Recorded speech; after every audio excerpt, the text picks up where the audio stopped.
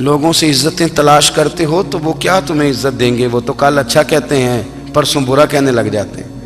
لوگوں کے سامنے گڈ بک میں آنا چاہو گے تو وہ تو سویرے تمہارے بارے میں کچھ کہیں گے، شام کچھ اور کہیں گے۔ اپنی روحانی زندگی آباد کریں، اپنے مسلح کو وقت دیں، اور دنیا سے چھپ کر اس موبائل کو بند کر کے اور اپنے آپ سے بھی چھپ کے اور تنہا ہو کے چھپا کے سارا کچھ اپنے آنسو اپنے رب کی بارگاہ میں پیش کریں، اس کے حضور حاضری دیں۔ سنو نا ترمذی کی حدیث، اور اسے یاد رکھنا، نبی پاک علیہ السلام نے فرمایا اپنے دکھ لوگوں کے سامنے نہ بیان کرنا، سیٹھوں نوابوں کو نہ بتاتے پھرنا، دنیا داروں کے سامنے جا کے نہ رونا کہ میں تکلیف میں ہوں۔ فرمایا اگر دنیا داروں کو دکھ بتاؤ گے رب تمہیں کبھی غنی نہیں کرے گا۔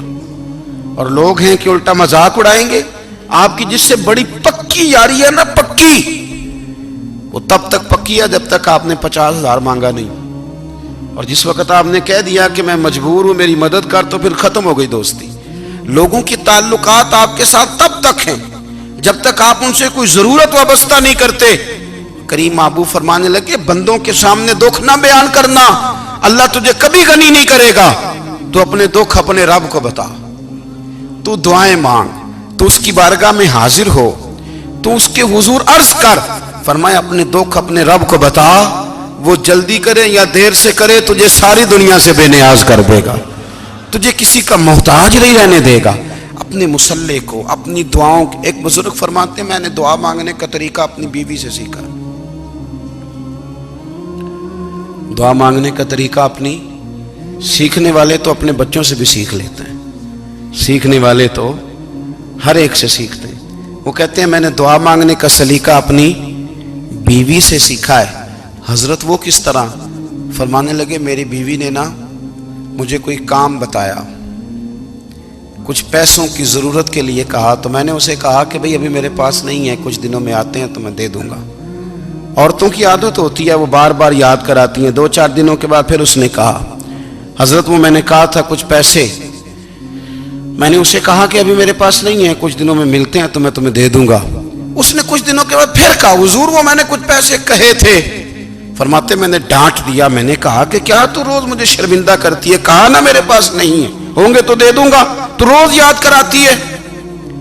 فرماتے ہیں اس نے پہلے تو میری ڈانٹ کو سہا، پھر میرے سخت جملوں نے اس کی آنکھوں میں آنسو پیدا کر دیے، پھر اس نے اپنے آنچل میں اپنے اس دکھ کو سمیٹا، اور پھر اس نے ایک جملہ کہا تو میں رو پڑا، اور مجھے اپنے رب سے مانگنے کا طریقہ آ گیا۔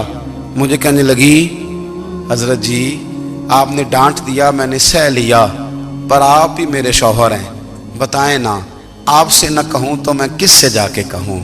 فرماتے ہیں میں رو پڑا، اور میں کھل کے رویا، اور میں تڑپ کے رویا، اور پھر میری سسکیاں بند گئیں۔ تو مجھے کہنے لگی آپ کو کیا ہوا؟ میں نے کہا مجھے بھی دعا مانگنی آ گئی ہے، جب میں اسے کہوں گا نا اللہ تو ہی میرا رب ہے، میں تجھ سے نہ کہوں تو میں کس سے جا کے کہوں؟ میں کیوں کسی بندے سے سوال کروں؟ میں کیوں کسی دنیا دار سے کہوں؟ میں تیرے بندوں کا، نیک بندوں کا وسیلہ لے کے، تیرے محبوب کی غلامی لے کے تیری بارگاہ میں آیا، تجھ سے نہ مانگوں تو کس سے مانگوں؟ سمجھ آ گئی ہے؟ جب میں اس رنگ میں مانگوں گا تو پھر رب میرے اوپر بڑا ہی فضل فرمائے گا، وہ میرے اوپر بڑی رحمت کرے گا، وہ میرے لیے آسانیاں کرے گا۔ عزیز دوستو، ہم اس طرح کرنے لگ گئے ہیں کہ ہم نے نا اپنے تعلقات پر اعتماد کرنا شروع کر دیا ہے۔ میرے تعلقات بہت ہیں، ہم نے اپنی دولت پر اعتماد کرنا شروع کر دیا ہے، میرے پاس دولت بہت ہے۔ ہم نے اپنے علم پر، اپنی شہرت پر اعتماد کرنا شروع کر دیا ہے کہ میرے پاس فلاں چیز بہت ہے۔ یاد رکھنا جب بے نیاز اپنی صفت بے نیازی دکھاتا ہے تو بڑی بڑی دولتوں والے مجبور نظر آتے ہیں۔ بھائیو جب انسان کا رشتہ اپنے مالک کے ساتھ ہوتا ہے پھر تو غم بھی کچھ نہیں کہتے، پریشانیاں بھی کچھ نہیں کہتی، پھر تو زندگی صبر والی، پھر تو زندگی توکل والی، پھر تو زندگی بھروسے والی، پھر انسان اپنے آپ کو رسوا نہیں کرتا، دنیا داروں سے امیدیں اس کی ختم ہو جاتی، امیدیں اللہ رسول سے لگا لیتا ہے، مضبوط ہو جاتا ہے، مضبوط، طاقتور ہو جاتا ہے، خوددار ہو جاتا ہے، باوقار باعزت ہو جاتا ہے۔ حضرت بہلول دانا رحمت اللہ علیہ بیٹھے تھے تو ہارون رشید حج کر کے آ رہا تھا، تو رستے میں حضرت شیخ سے ملاقات ہو گئی تو السلام علیکم کے بعد کہنے لگا حضور کوئی حکم ہو تو بتائیے گا. تو حضرت بہلول دانا فرمانے لگے تیرا رب کون ہے؟ اس نے کہا اللہ. تو فرمایا میرا کون ہے؟ کہا اللہ. فرمانے لگے تو بڑا ہی بیوقوف ہے، کیا تو یہ سمجھتا ہے کہ رب ہارون رشید کو تو دے گا اور بہلول دانا کو بھول جائے گا؟ تیرا بھی وہی رب ہے، میرا بھی وہی رب ہے. اس نے اگر تجھے دے کے آزمایا ہے تو ہو سکتا ہے مجھے نہ دے کے آزما رہا ہو. جب اس کی حکمت کے تقاضے ہوں گے تو عطا کرے گا اور دے گا. تو جا اپنا کام کر. بھائی اپنی روحانی زندگی، اپنی عبادات، اپنے وظائف، اپنے روزمرہ کے معاملات، اپنی دعائیں، اپنا استغفار.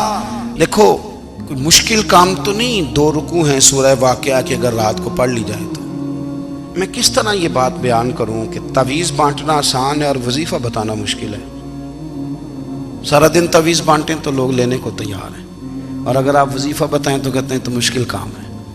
او خدا کے بندے، اگر آپ کا تعلق قرآن پاک کے ساتھ مضبوط ہو، قرآن پاک کے ساتھ اگر آپ کا رشتہ ہو، لوگ سفارشیں ڈھونڈتے ہیں نا دنیا میں، کوئی تعلق مل جائے تو میرا کام ہو جائے. دنیا میں اتنا مشکل معاملہ ہے، آخرت میں مجھے بتائیے گا کتنا مشکل معاملہ ہوگا. میرے نبی پاک صلی اللہ تعالی علیہ وسلم نے فرمایا جو لوگ سورہ ملک پڑھا کرتے تھے نا، سورہ ملک، یہ سورت ملک قیامت میں ان کی سفارش کرے گی، اور اس طرح کرے گی کہ کہے گی اے اللہ یہاں اس بندے کو جنت میں داخل کر دے یا مجھے قرآن پاک سے علیحدہ کر دے. تو رب فرمائے گا جا اس کا دامن تھام کے اسے جنت تک پہنچایا. آپ بات کو سمجھیں، جب آپ کے تعلقات اپنے معاملات کے ساتھ مضبوط ہوں گے، یہ نبی کریم نے وعدہ کیا ہے کہ تو سورت واقعہ پڑھ تیرے گھر میں فاقہ نہیں آئے گا. حضرت عبداللہ ابن مسعود رضی اللہ تعالیٰ عنہ بیمار تھے تو حضرت عثمان غنی رضی اللہ تعالیٰ عنہ تیمارداری کے لیے تشریف لے گئے اور جا کر کے کہا کہ آپ بڑے بیمار ہیں، آپ کی بیٹیاں زیادہ ہیں، میں چاہتا ہوں کہ خزانے میں سے کچھ مدد کروں.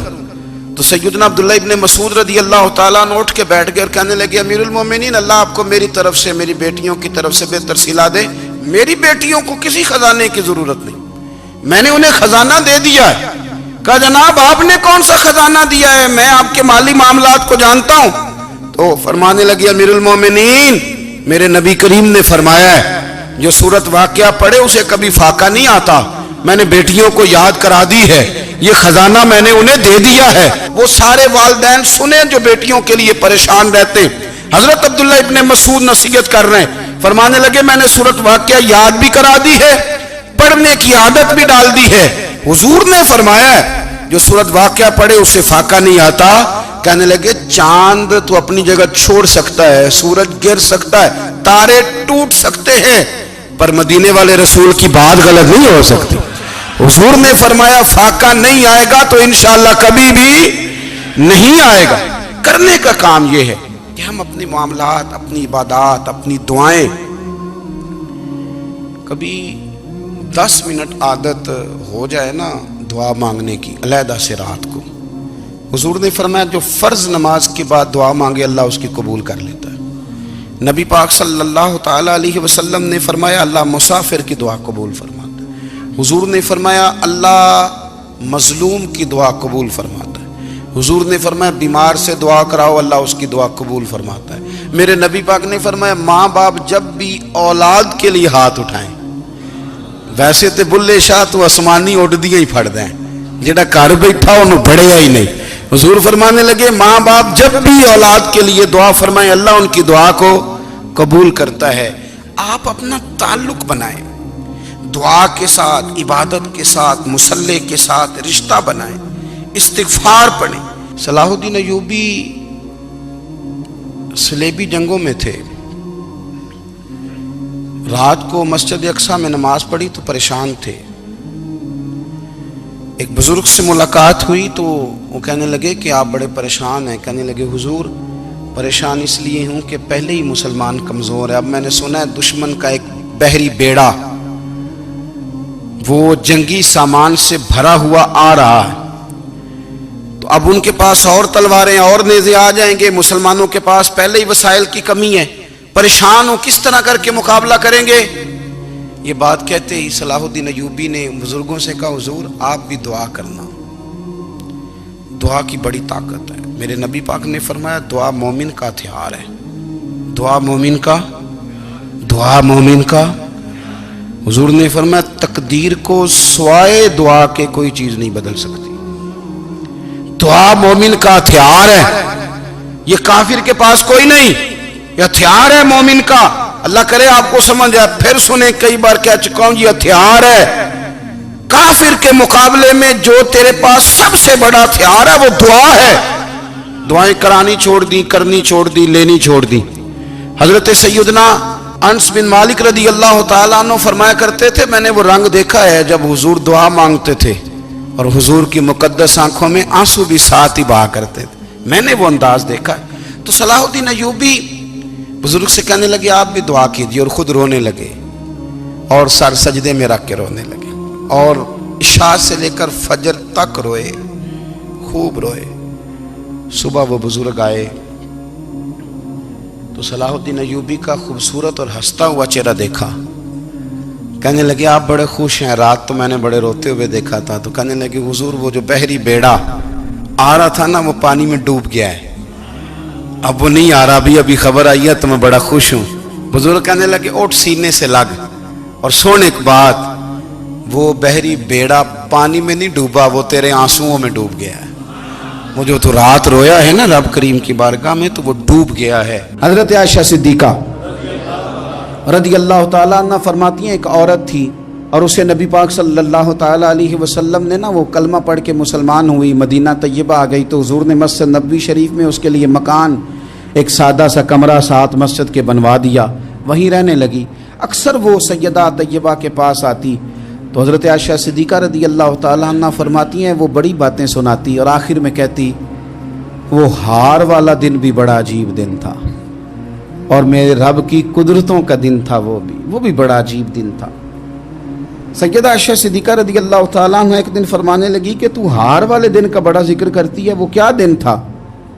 تو خاتون کہنے لگی اماں جی وہ دن تھا جب میرے رب پر بھروسہ اور مضبوط ہو گیا، جس دن میرا اپنے رب پر توکل اور بڑھا، میرے ایمان میں یقین میں اور پختگی آئی.